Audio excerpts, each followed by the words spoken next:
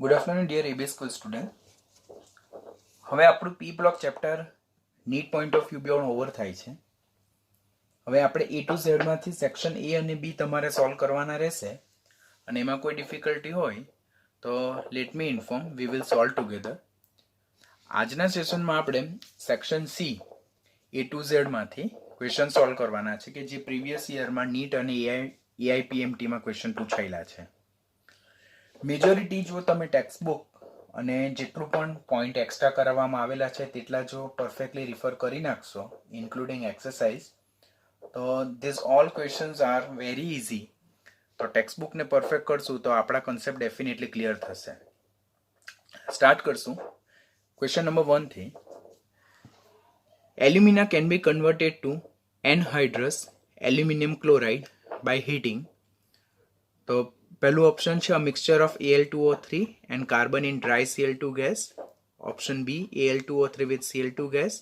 Option C, Al2O3 and HCl gas. And option D, Al2O3 with NaCl in solid state. Reference બુકમાં already એક preparation આપેલી છે કે જ્યારે ડ્રાય એલ્યુમિનાને આપણે કાર્બન સાથે અને ક્લોરીન ગેસ સાથે ઊંચા તાપમાને આપણે હીટ કરીએ તો આપણને એલ્યુમિનિયમ ક્લોરાઇડ પ્લસ કાર્બન મોનોક્સાઇડનું મિશ્રણ મળે છે. હવે અહીંયા જે એલ્યુમિનિયમ ક્લોરાઇડ જે મળે છે તો તેની આપણને વેપર મળે, અને તે કઈ સ્ટેટમાં હોય છે? ઇન ડ્રાય સ્ટેટમાં હોય છે. એટલે what will be the correct option? તો correct option will be option A, કે એલ્યુમિના, કાર્બન અને શુષ્ક ક્લોરીન વાયુને ઊંચા તાપમાને ગરમ કરવાથી આપણને એલ્યુમિનિયમ ક્લોરાઇડ અને કાર્બન મોનોક્સાઇડ મળે, અને જે એલ્યુમિનિયમ ક્લોરાઇડ મળે તે ડ્રાય સ્ટેટમાં મળે અને એની વેપર આપણને ફોર્મ થાય છે. તો દેટ ઇઝ ક્વેશ્ચન નંબર 1. તો એમાં કરેક્ટ આન્સર આવશે A. Question number 2. The stability of +1 oxidation state increase in the sequence. એટલે સમૂહ 13 ના તત્વો માટે +1 ઓક્સિડેશન અવસ્થા જે છે તો તે નો ચડતો ક્રમ જણાવવાનો છે. તો આપણે ઓલરેડી જોયું છે સમૂહ 13 ના તત્વો માટે. સમૂહ 13 ના તત્વો માટે બોરોન હંમેશા +3 હોય, એલ્યુમિનિયમ પણ હંમેશા +3 હોય, જ્યારે ગેલિયમ, ઇન્ડિયમ અને થેલિયમ આ +3 અને +1 બંને પ્રકારની ઓક્સિડેશન અવસ્થા દર્શાવે છે. તેમાંથી જેમ આપણે સમૂહમાં ઉપરથી નીચે તરફ જઈએ તેમ +3 ની સ્થાયીતા ક્રમશઃ ઘટે છે અને +1 ની સ્થાયીતા ક્રમશઃ વધે છે. એટલે સમૂહમાં ઉપરથી નીચે તરફ જતા +1 ની સ્થાયીતા ક્રમશઃ વધે છે. તો માટે એલ્યુમિનિયમથી થેલિયમ તરફ જતા +1 ઓક્સિડેશન અવસ્થાની સ્થાયીતા વધે છે. કોમ્પિટિટિવનું વેરી ઇમ્પોર્ટન્ટ ક્વેશ્ચન. 14મા સમૂહને લગતો પણ સેમ ક્વેશ્ચન રિપીટ થયેલો છે. Be very careful. એટલે aluminium is less than gallium is less than indium is less than thelium. માટે થેલિયમની +1 ઓક્સિડેશન અવસ્થા જે છે તો તે સૌથી વધુ સ્થાયી. તે ટોપિક આપણે ઓક્સિડેશન અવસ્થામાં જોઈ ગયેલા. જ્યારે એલ્યુમિનિયમની +1 ઓક્સિડેશન અવસ્થા ધરાવતા સંયોજનો સૌથી ઓછા સ્થાયી, જ્યારે આને કયા વધારે સ્થાયી? તો +3 એની કેવું છે? Most stable oxidation state.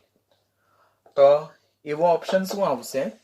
તો એવો option aluminium is less than gallium is less than indium is less than thallium. તેમાં કરેક્ટ ઓપ્શન આવશે B. Question number 3. Aluminium is extracted from alumina by electrolysis of molten mixture of. એટલે જે આપણે એલ્યુમિનામાંથી એલ્યુમિનિયમનું નિષ્કર્ષણ કરવાનું છે વિદ્યુત વિભાજન પ્રક્રિયા દ્વારા, તો નીચેનામાંથી કયા પ્રક્રિયા મિશ્રણનો ઉપયોગ થાય?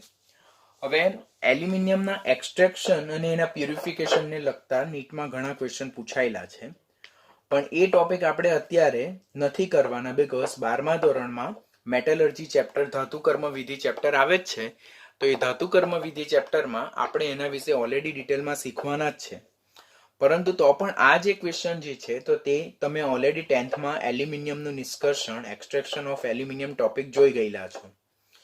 તો એલ્યુમિનિયમનું જે નિષ્કર્ષણ જે છે, તો એલ્યુમિનિયમના નિષ્કર્ષણમાં આપણે કઈ કઈ વસ્તુનો ઉપયોગ કરવાનો થાય? તો એલ્યુમિનિયમના નિષ્કર્ષણમાં આપણી પાસે એનોડ હશે, કેથોડ હશે.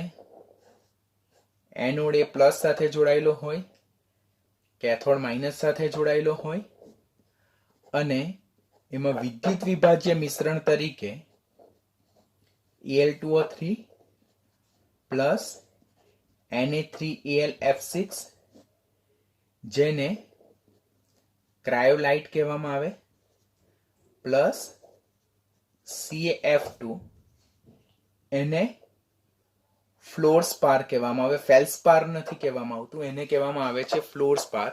ફ્લોરસ્પાર અને ફેલ્સપાર બંને ડિફરન્ટ ટોપિક છે. તો આ રીતે Al2O3 શુષ્ક નિર્જલીય એલ્યુમિના, ક્રાયોલાઇટ અને ફ્લોરસ્પારનું મિશ્રણ લઈને વિદ્યુત વિભાજન કરવામાં આવે તો આપણે એલ્યુમિનિયમનું નિષ્કર્ષણ કરી શકીએ છીએ. અહીંયા ક્રાયોલાઇટ અને ફ્લોરસ્પાર શા માટે ઉમેરવામાં આવે છે? તો ક્રાયોલાઇટ અને ફ્લોરસ્પારના મુખ્ય રોલ એટલે કે વોટ ઇઝ ધેર ઇમ્પોર્ટન્સ, કે જે પિગલિત એલ્યુમિના જે છે, પિગલિત એલ્યુમિના નું ગલનબિંદુ નીચું લાવશે, અને બીજું એ શું કરશે? વિદ્યુત વહન ક્ષમતા વધારશે. તો 12મા ધોરણમાં પણ ક્વેશ્ચન પૂછાય છે કે એલ્યુમિનિયમના નિષ્કર્ષણ તમે 10મા ધોરણમાં હોલ હેરોલ્ડ તબક્કો અને બેર તબક્કો એવું લર્ન કર્યું છે. તો આ કયો તબક્કો થશે? It's a Hall Heroult process. Hall Heroult process જે છે, તો હોલ હેરોલ્ડ પ્રોસેસમાં આપણે પિગલિત એલ્યુમિનાનું વિદ્યુત વિભાજન કરવાનું હોય ક્રાયોલાઇટ અને ફ્લોરસ્પાર ઉમેરીને, અને એ લોકોનું કાર્ય શું છે? તો એ લોકો તટસ્થ અભિવાહક તરીકે વર્તે, અને તટસ્થ અભિવાહક તરીકે વર્તીને એ લોકો એલ્યુમિનાનું ગલનબિંદુ નીચું લાવે અને તેની વિદ્યુત વહન ક્ષમતા ઉમેરવાનું કાર્ય કરે છે. તો અહીંયા કરેક્ટ ઓપ્શન આવશે, that is option A. That is option A, કે Al2O3, Na3Al(F6) અને ક્રાયોલાઇટ તેનું મિશ્રણ જે છે તેનો ઉપયોગ કરીને આપણે એલ્યુમિનિયમનું નિષ્કર્ષણ કરી શકીએ છીએ. Question number 4. Which of the following structure is similar to the graphite?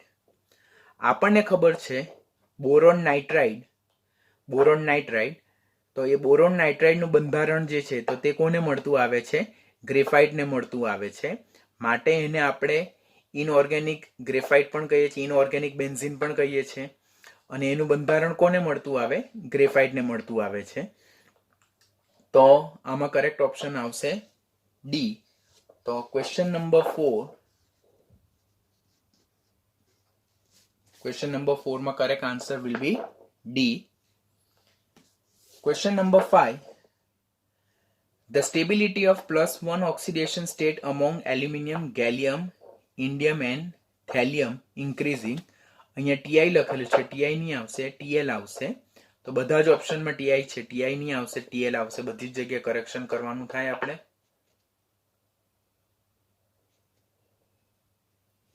અત્યારે જ જોયું આપણે કે સેમ કે સમૂહમાં ઉપરથી નીચે તરફ જતા +3 ની સ્થાયીતા ઘટતી જાય, +1 ની સ્થાયીતા વધતી જાય.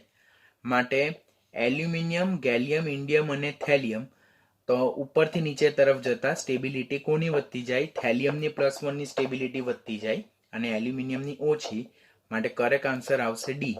તો question number 5 same repeating question, તેમાં આન્સર આવશે D. Question number 6. Which oxidation state are the most characteristic of lead and tin?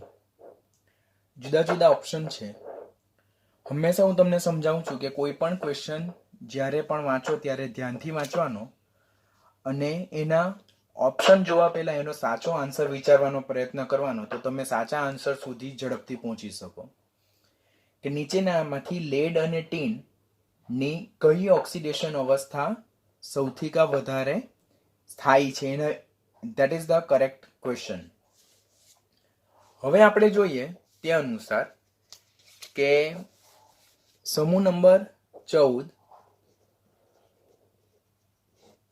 તેમાં કાર્બન, સિલિકોન, જર્મેનિયમ, ટીન અને લેડ, તેમાં કાર્બન +4 ઓક્સિડેશન અવસ્થા દર્શાવે, સિલિકોન પણ +4 ઓક્સિડેશન અવસ્થા દર્શાવે, જ્યારે જર્મેનિયમ, ટીન અને લેડ એ +2 અને +4 ઓક્સિડેશન અવસ્થા દર્શાવે.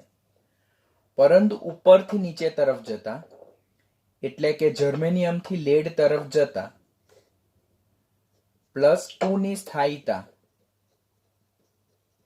ક્રમશઃ વધે છે, જ્યારે +4 ની સ્થાયીતા ક્રમશઃ ઘટે છે. રીઝન નિષ્ક્રિય યુગ્મ અસર, જે આપણે ઓલરેડી અગાડી લર્ન કરી ચૂક્યા છે. માટે જો જોઈએ તો +2 ની સ્થાયીતા વિશે જો વાત કરીએ આપણે, તો જર્મેનિયમ, ટીન અને લેડ, અને +4 ની સ્થાયીતાની જો વાત કરીએ આપણે, તો germanium is greater than tin is greater than lead. માટે લેડના +2 ઓક્સિડેશન અવસ્થા ધરાવતા સંયોજનો વધારે સ્થાયી અને જર્મેનિયમના +4 ઓક્સિડેશન અવસ્થા ધરાવતા સંયોજનો વધારે સ્થાયી. પણ આપણે ઓલરેડી ટોપિકમાં લર્ન કરેલું છે તે અનુસાર કુદરતમાંથી જર્મેનિયમના સંયોજનો ઘણા ઓછા મળે, એની પ્રચુરતા ઓછી છે, રિલેટિવ એવિડન્સ ઓછું છે. માટે જે ટીન જે છે તો તેના +4 ઓક્સિડેશન અવસ્થા વધારે સ્થાયી. માટે અહીંયાથી જો જોઈએ આપણે તો ટીનની +4 ઓક્સિડેશન અવસ્થા વધારે સ્થાયી અને લેડની +2 ઓક્સિડેશન અવસ્થા વધારે સ્થાયી.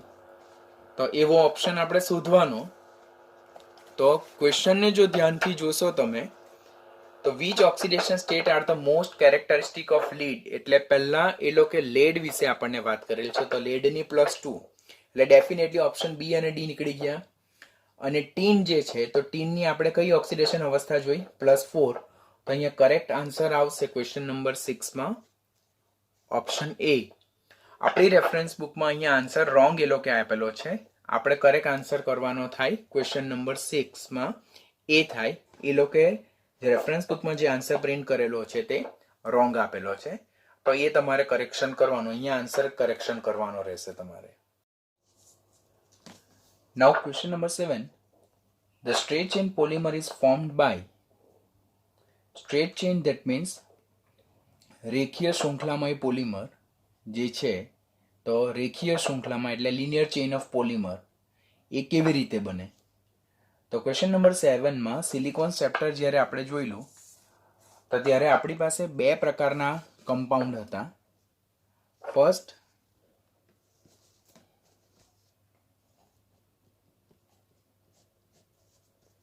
that is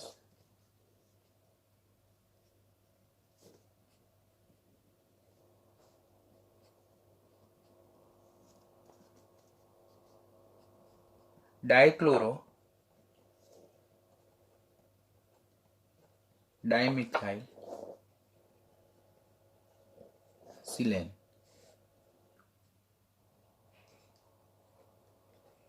એનું જળ વિભાજન અને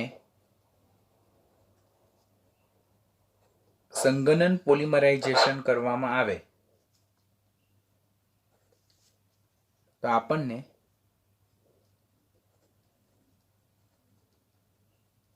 રેખીય શૃંખલામય સિલિકોન્સ મળે, that is straight chain silicones. But આ જ બંધારણમાં આ જે Cl છે તેની જગ્યાએ one more methyl group is introduced.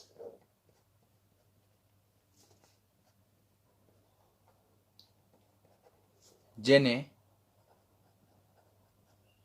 મોનોક્લોરો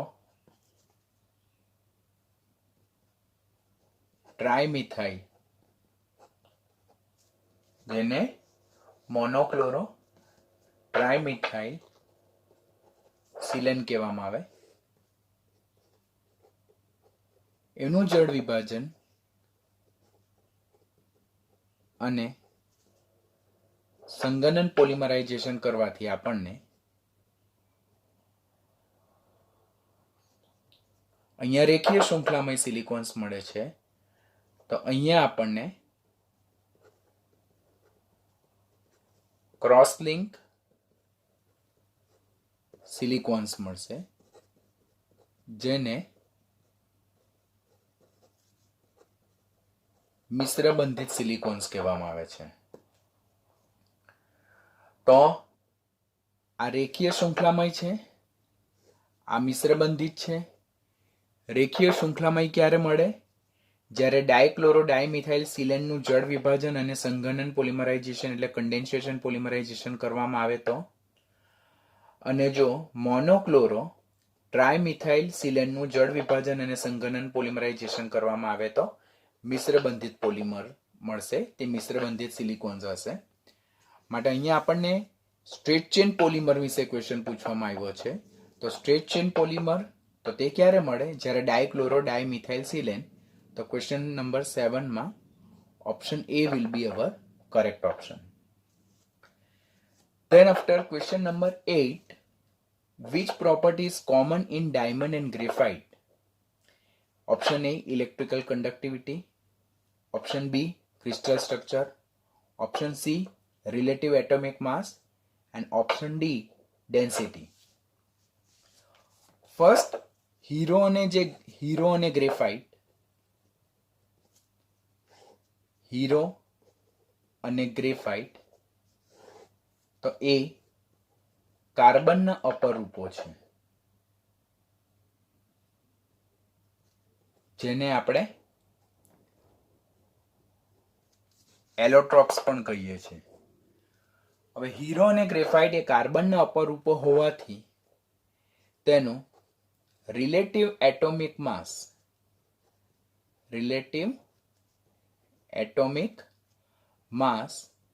એટલે કે સરેરાશ જે પરમાણુય દળ જે છે, સરેરાશ પરમાણુય દળ તે સમાન હશે. માટે ક્વેશ્ચન નંબર 8 માં option she will be correct answer. પણ તો બી આપણે ઓપ્શન A, B અને D વિશે લર્ન કરવાનું થાય. તો પહેલું ક્રિસ્ટલાઇન સ્ટ્રક્ચર વિશે જો વાત કરીએ તો હીરો જે છે તો તે ઓક્ટાહેડ્રલ ક્રિસ્ટલ સ્વરૂપે જોવા મળે, જ્યારે ગ્રેફાઇટ એ હેક્ઝાગોનલ ક્રિસ્ટલ સ્વરૂપે જોવા મળે. પછી it is poor conductor of electricity. Hero જે છે તેમાં પ્રત્યેક કાર્બન અન્ય ચાર કાર્બન સાથે સહસંયોજક બંધથી જોડાયેલા છે. So it is not having any kind of free electron available for conductance of electricity.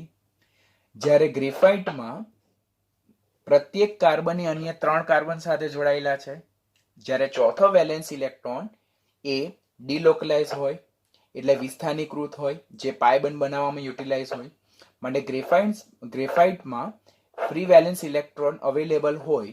That's why it is a good conductor of electricity.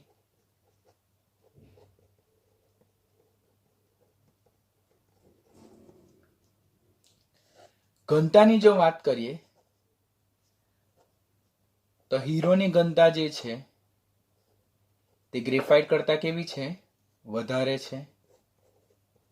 જ્યારે ગ્રેફાઇટની ઘનતા એ હીરા કરતાં ઓછી છે. હીરો સખત પદાર્થ છે, ગ્રેફાઇટ મૃદુ છે. નંબર 4, જો દ્રાવ્યતાની વિશે વાત કરીએ તો એ ઘણા બધા દ્રાવકમાં, હીરો ઘણા બધા દ્રાવકમાં અદ્રાવ્ય છે, જ્યારે ગ્રેફાઇટ એ ઘણા બધા દ્રાવકમાં દ્રાવ્ય છે. આમ આટલા ઓપ્શનને જોતા આપણે ક્વેશ્ચન પર પાછા આવીએ તો ઇલેક્ટ્રિકલ કન્ડક્ટિવિટી એટલે વિદ્યુત વાહકતા, ક્રિસ્ટલ સ્ટ્રક્ચર એટલે સ્ફટિકમય બંધારણ અને ડેન્સિટીના સંદર્ભમાં હીરો અને ગ્રેફાઇટ એકબીજાથી અલગ પડે. તો વોટ બિંગ કોમન ઇન ધેમ? તો ધેટ ઇઝ રિલેટિવ એટોમિક માસ, એટલે કે એમનું જે સરેરાશ પરમાણુય દળ જે છે ધેટ ઇઝ કાર્બન 12 જે સરેરાશ પરમાણુય દળ જે છે એ એટોમિક માસ યુનિટ જે છે તો તે બંનેમાં કોમન હશે. માટે ઓપ્શન સી ના સંદર્ભમાં ડાયમંડ અને ગ્રેફાઇટ બંને એકબીજા સાથે શું દર્શાવતું હશે? સમાનતા દર્શાવતું હશે. Question number 9, which of the following anion is present in chain structure of silicates? હવે મેં જ્યારે પણ આપણે સિલિકેટ્સ ટોપિક લર્ન કરતા હતા તો ત્યારે આપણે ઓલરેડી એ ટોપિકને NEET point of view important topic explain કરેલો, બીકોઝ એમાંથી એક ક્વેશ્ચન છે, એમાંથી જ સેકન્ડ ક્વેશ્ચન છે, એમાંથી જ ત્રીજો ક્વેશ્ચન પણ છે. That means there are 3 kind of question are asking in a different year from the same topic. So next important topic that is silicates. તો પહેલા તો સિલિકેટ્સ નું બંધારણ જો જોઈએ તો સિલિકેટ્સ ના બંધારણમાં કોમન યુનિટ કયો છે? તો that is tetrahedral, silicon tetrahedral.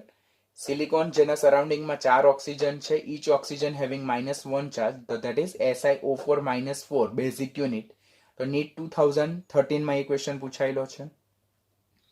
હવે પ્રત્યેક SiO4-4 ટેટ્રાહેડ્રલ નેબર સાથે કેટલા ઓક્સિજન અને કેટલા કોર્નરને શેરિંગ કરે એના બેઝ પરથી એનું જુદું જુદું વર્ગીકરણ. તેમાં પહેલું ઓથો which sharing no kind of oxygen or which sharing no kind of corner with neighbor one. પછી સેકન્ડ પાયરોમાં પણ ક્વેશ્ચન પૂછાય નીટ 2011 માં કે પાયરોસિલિકેટ્સ મીન્સ વોટ? કે જેમાં સિલિકોન ટેટ્રાહેડ્રલ જે છે SiO4-4 ટેટ્રાહેડ્રલ યુનિટ તો તે નેબરના યુનિટ સાથે એક કોર્નર એટલે એક ઓક્સિજનનું શેરિંગ કરે. તો સેમ સિલિકેટ્સને પાયરોસિલિકેટ્સ કહેવામાં આવે. ચક્રીય સિલિકેટ્સ જેમાં બે કોર્નર બે ઓક્સિજનનું શેરિંગ થાય બાય ઈચ ટેટ્રાહેડ્રલ યુનિટ, જેનું સામાન્ય સૂત્ર શું છે? SiO3-2 n times. મેં તમને જ્યારે પણ ટોપિક એક્સપ્લેન કરતો હતો તો ત્યારે તમને ઓલરેડી મેં સમજાવેલું હતું કે ક્લાસિફિકેશન ખાસ યાદ રાખવાનું, how many oxygen or how many corner to be share with each single unit તે યાદ રાખવાનું, અને એમનો NiN નું કોમન ફોર્મ્યુલા તે ખાસ યાદ રાખવાનું. Fourth one is a chain, શૃંખલામય સિલિકેટ્સ કહેવામાં આવે. તો શૃંખલામય સિલિકેટ્સ જે છે તો તેના જે કોમન બેઝિક યુનિટ છે તેના વિશે નીટ 2007 માં ક્વેશ્ચન પૂછાયેલો છે. SiO3n-2n or Si4O11n 6n-. પછી 2d શીટ ઇલેક્ટ્રોન આવશે, 2d શીટ સિલિકોન્સ આવશે, 3d શીટ ઇલેક્ટ્રોન સિલિકોન્સ આવશે. જે 2d શીટ સિલિકોન્સ જે છે તેમાં 3 કોર્નરો 3 ઓક્સિજનની ભાગીદારી થાય, જ્યારે 3d શીટ જે સિલિકોન છે તેમાં 4 કોર્નર એટલે કે 4 ઓક્સિજનની ભાગીદારી થાય છે. બધાના કોમન બેઝિક NiN નું સૂત્ર તમારે યાદ રાખવાનું, બધાના એક્ઝામ્પલ યાદ રાખવાના, how many corner or oxygen they are share તો તે યાદ રાખવાનું છે. તો સેમ ટોપિકમાંથી આપણે જો જોઈએ તો question number 9, which of the following anion is present in chain structure of silicate? Just only we learn કે it's a SiO3-2n. It's a SiO3-2n. So such kind of silicates are called as a chain silicate. તો question number 9 માં answer શું આવશે? બી આવશે. Already આપણે અત્યારે ક્લાસિફિકેશનમાં જોયું. Question number 9 માં ઓપ્શન નંબર બી આવશે. Question number 10, name the type of structure of silicate in which one oxygen atom of silicon tetrahedral, that is SiO4-4 ion, is shared. એટલે કે પ્રત્યેક ચતુષ્ફલક દ્વારા એક ઓક્સિજન और એક કોર્નરનું શેરિંગ થાય તો ધેટ ઇઝ પાયરોસિલિકેટ, જેને જ આપણે સોરોસિલિકેટ્સ પણ કહીએ. તો ક્વેશ્ચન નંબર 10 માં it will be D. Question number 12, the basic structure unit of silicate is, just only we learn, that's a SiO4-4. So that is question number 12, જેનું બંધારણ આ રીતેનું હોય, and each oxygen having minus charge, જેને જ આપણે SiO4-4, that is a basic unit of silicates. What is the basic unit of silicates? So that is SiO4-4 tetrahedral. So this is all about the silicates. Now question number 11, which of these is not a monomer for a high molecular mass of silicon polymer? હવે અહીંયા એક question આવે છે, monomer એટલે શું? તો monomer એટલે નાનામાં નાનો એકમ કે જે પોલિમરની બનાવટ માટે વપરાતો હોય. તો નીચેનામાંથી ઊંચા આણ્વીય દળ ધરાવતા સિલિકોન પોલિમર માટેનો કયો મોનોમર નથી? તો તે આપણે યાદ રાખવાનું છે. ઓલરેડી આપણે જ્યારે સિલિકોન ટોપિક લર્ન કરેલા હતા તો ત્યારે આપણે એક ટોપિક એમ શીખેલા હતા કે મોનોક્લોરો ટ્રાઇમિથાઇલ સિલેન યુનિટ્સ જે છે. ક્વેશ્ચન નંબર 11 વિશે લર્ન કરીએ.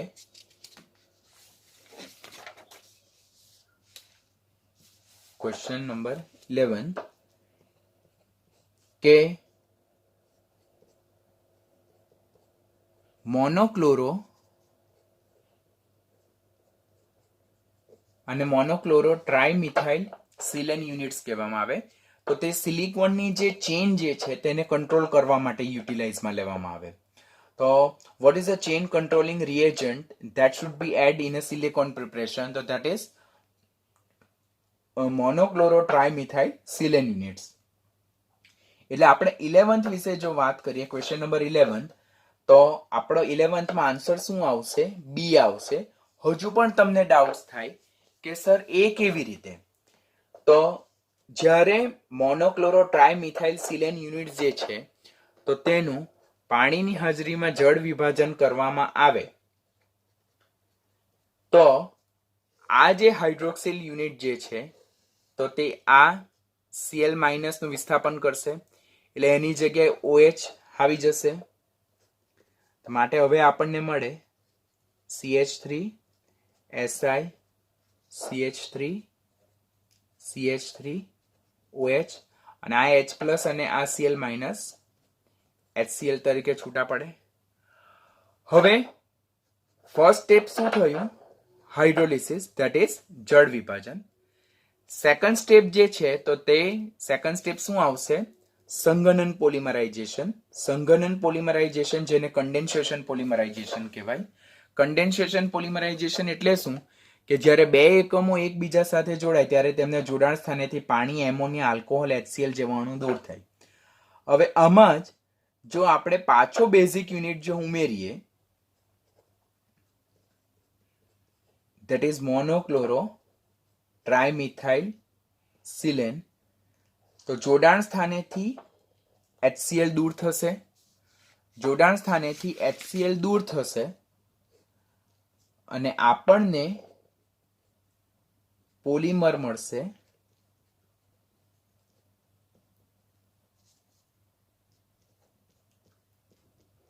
like this type.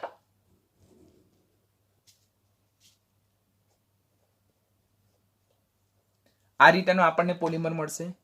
હવે અંદર જો મોનોમર ઉમેરવામાં આવે તો કોઈ પણ જગ્યાએ હવે આપણી પાસે OH અહીંયા આ સ્ટ્રક્ચરમાં હાજર રહેતો નથી.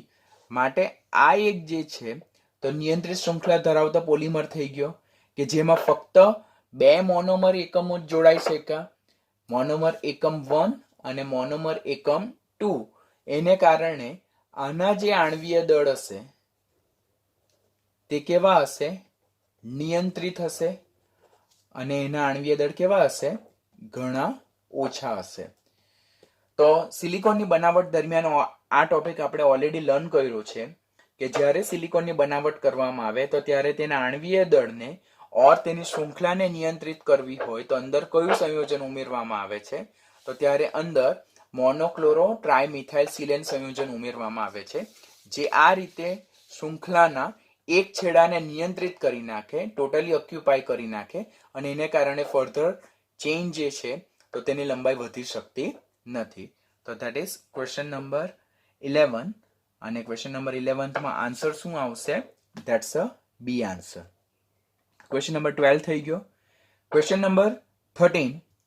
It is because of inability of NH2 electron of the valence shell to participate in the bonding that. તો that means આ ક્વેશ્ચન નિષ્ક્રિય યુગ્મ અસરને લગતો છે. ઇનટ પેર ઇફેક્ટને લીધે છે કે જેમ સમૂહમાં ઉપરથી નીચે તરફ જઈએ તેમ S ઇલેક્ટ્રોન એટલે S કક્ષકના જે બે ઇલેક્ટ્રોન જે છે તો D અને F કક્ષકની નિર્બળ સ્ક્રીનિંગ અસરને કારણે બંધ બનાવવામાં ભાગ નહીં લે, બીકોઝ એ લોકો કેન્દ્રની વધારે નજીક પ્રબળ રીતે આકર્ષાયેલા હોય. તો એ પ્રકારની જે અસર છે તેને નિષ્ક્રિય યુગ્મ અસર કહેવાય. અને એને કારણે જે સ્થાયી ઓક્સિડેશન અવસ્થા છે તેમાંથી બે બાદ કરતા જે ઓક્સિડેશન અવસ્થા મળે તે ઉપરથી નીચે તરફ જતા સ્થાયી થતી જાય. એટલે ઓલરેડી આપણે ક્વેશ્ચન નંબર 13 જે છે તો તેમાં Sn+2 અને Pb+4 ના જે નેચર જે છે તેના વિશે લર્ન કરીએ તો સમૂહ ક્વેશ્ચન નંબર 13 માં આપણે કાર્બનની ઓક્સિડેશન અવસ્થા જોઈ તો ધેટ ઇઝ +4, પછી સિલિકોનની જોઈ તો that is +4, carbon, silicon, germanium, tin, lead. તો આની આ લોકો 3 +4 બી દર્શાવે, +2 બી દર્શાવે. +2 જે દર્શાવે તે ઇનટ પેર ઇફેક્ટને લીધે નિષ્ક્રિય યુગ્મ અસરને કારણે, જેમાં જર્મેનિયમથી લેડ તરફ જઈએ તેમ +2 ની સ્થાયીતા ઘટે છે, જ્યારે +2 ની સ્થાયીતા વધે છે, જ્યારે +4 ની સ્થાયીતા ક્રમશઃ ઘટે છે. આમ જો જોઈએ તો +2 ની સ્થાયીતાનો ક્રમ જો આપણે વિચારીએ તો germanium is less than tin is less than PB. માટે લેડના +2 વાળા સંયોજનો સૌથી વધારે સ્થાયી, જ્યારે +4 ની સ્થાયીતા વિશે જો વાત કરીએ આપણે તો જર્મેનિયમ, ટીન અને લેડ. આમ જર્મેનિયમ અને ટીન જે છે તો તેમની કઈ ઓક્સિડેશન અવસ્થા ધરાવતા સંયોજનો સ્થાયી? તો ધેટ ઇઝ +4 ઓક્સિડેશન અવસ્થા ધરાવતા સંયોજનો સ્થાયી. આમ ટીન અને લેડ જો વાત કરીએ તો લેડના સંયોજનો +2 ઓક્સિડેશન અવસ્થા ધરાવતા સ્થાયી, જ્યારે ટીનના +4 ઓક્સિડેશન અવસ્થા ધરાવતા સંયોજનો સ્થાયી. માટે ટીન +4 માંથી આ +2 માંથી +4 માં જવાનો પ્રયત્ન કરે. આમ ટીન +4 ઓક્સિડેશન સ્થિતિ એની કેવી છે? સ્થાયી છે. આમ ટીન +2 માંથી +4 માં જવાની વૃત્તિ કરાવે, because any +4 oxidation state stable છે. આ પ્રોસેસ ઓક્સિડેશન પ્રોસેસ છે. માટે Sn+2 જે છે તો તેઓ પ્રબળ રિડક્શન કરતા તરીકે વર્તે છે, જ્યારે લેડની +2 ઓક્સિડેશન અવસ્થા સ્થાયી છે. પરિણામે લેડ +4 માંથી 2 ઇલેક્ટ્રોન મેળવીને +2 માં જવાનો પ્રયત્ન કરે, more stable, અને this is kind of reduction process. માટે લેડના +4 ઓક્સિડેશન અવસ્થા ધરાવતા સંયોજનો પ્રબળ ઓક્સિડેશન કરતા તરીકે વર્તે.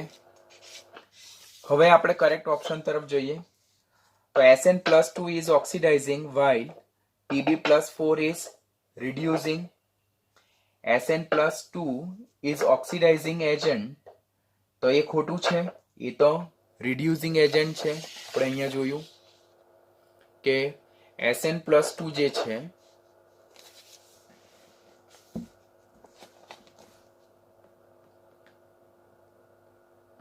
Sn+2 is oxidizing and Pb+2 is reducing. જ્યારે Sn+2 તો શું છે, એ reducing છે, અને Pb+4 એ કેવું છે, ઓક્સિડાઇઝિંગ. એટલે 13 માં ઓપ્શન એ નહીં આવે, ઓપ્શન બી પણ નહીં આવે, ઓપ્શન સી પણ નહીં આવે. ઓપ્શન ડી માં જોવાનું Sn+2 is reducing agent અને Pb+4 is a oxidizing. તો જે ક્વેશ્ચન નંબર 13 જે છે તો તેમાં કરેક્ટ ઓપ્શન શું આવશે? That's the correct option is D. This will be our correct option. That can be identified based upon the stability of the particular oxidation state અને નિષ્ક્રિય યુગ્મ અસરને આધારે આપણે સમજાવી શકીએ છીએ. Question number 14. Which one of the following element is unable to form Mf6- 3 ion? નીચેનામાંથી કયું જે તત્વ જે છે તો તે આયન બનાવવા માટે સક્ષમ નથી. હવે આપણે જો જોઈએ ક્વેશ્ચન નંબર 16, તો ક્વેશ્ચન નંબર 16 માં ક્વેશ્ચન નંબર 14 માં સોરી,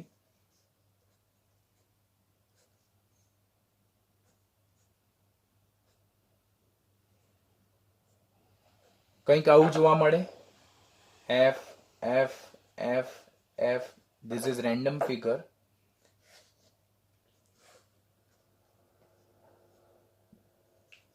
જેમાં જે સેન્ટ્રલ એટમ જે છે તો તે 6 સરાઉન્ડિંગ ફ્લોરિન પરમાણુ સાથે ઘેરાયેલા છે. ધેટ મીન્સ આનો કોઓર્ડિનેશન નંબર સવર્ગાંક જે છે તો કેટલો છે? 1 2 3 4 5 અને 6. તો નીચેનામાંથી ક્વેશ્ચન શું છે કે નીચેનામાંથી કયું તત્વનો સવર્ગાંક એ 6 નથી? ધેટ મીન્સ કે આ સંયોજન રચી શકતો નથી. તો એવું ઓપ્શન શું હોઈ શકે? તો સમૂહનું પ્રથમ તત્વ બોરોન. સમૂહનું પ્રથમ તત્વ બોરોન જે છે તો તેની પાસે ડી કક્ષકનો અભાવ છે. તેની પાસે ડી કક્ષકનો અભાવ હોવાને કારણે બોરોન એનો સવર્ગાંક +4 થી વધારી +3 થી વધારી શકતો નથી. પરિણામે જે કયું તત્વ આ સંયોજન રચી શકતું નથી? તો ધેટ્સ અ બોરોન. ગ્રુપ 13 નું બોરોન એ બીજા આવર્તમાં આવેલું તત્વ છે. એની પાસે ડી કક્ષકનો અભાવ હોવાને કારણે તે તેનો સવર્ગાંક 3 થી વધારી શકતો નથી. માટે કરેક્ટ આન્સર ક્વેશ્ચન નંબર 14 માં આવશે C. Question number 15. The correct order of atomic radii in group 13 elements. એટલે સમૂહ 13 માં પરમાણુય ત્રિજ્યાનો સાચો ચડતો ક્રમ કયો છે? આપણને ખબર છે કે સમૂહ નંબર 13 માં પરમાણુય ત્રિજ્યાનો જે સામાન્ય વર્તણૂક જોવા મળતી નથી. એક જગ્યાએ એક અપવાદ આવે છે. તે કયું છે તે સમજાવું. જનરલી વિચારીએ તો સમૂહમાં ઉપરથી નીચે તરફ જતા પરમાણુય ત્રિજ્યા વધવી જોઈએ. એટલે આ રીતે આવવું જોઈએ. Boron is greater than aluminium, is less than aluminium, is less than gallium, is less than indium, is less than thallium. આ રીતેનું આવવું જોઈએ.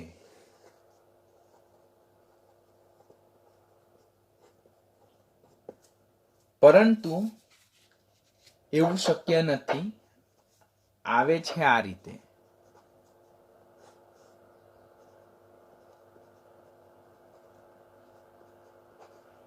એટલે એક જગ્યાએ આપણને કંઈક ડિફરન્ટ વર્તણૂક જોવા મળે. માટે boron is less than aluminium boron is less than aluminium, is greater than gallium, is less than indium and is less than thallium.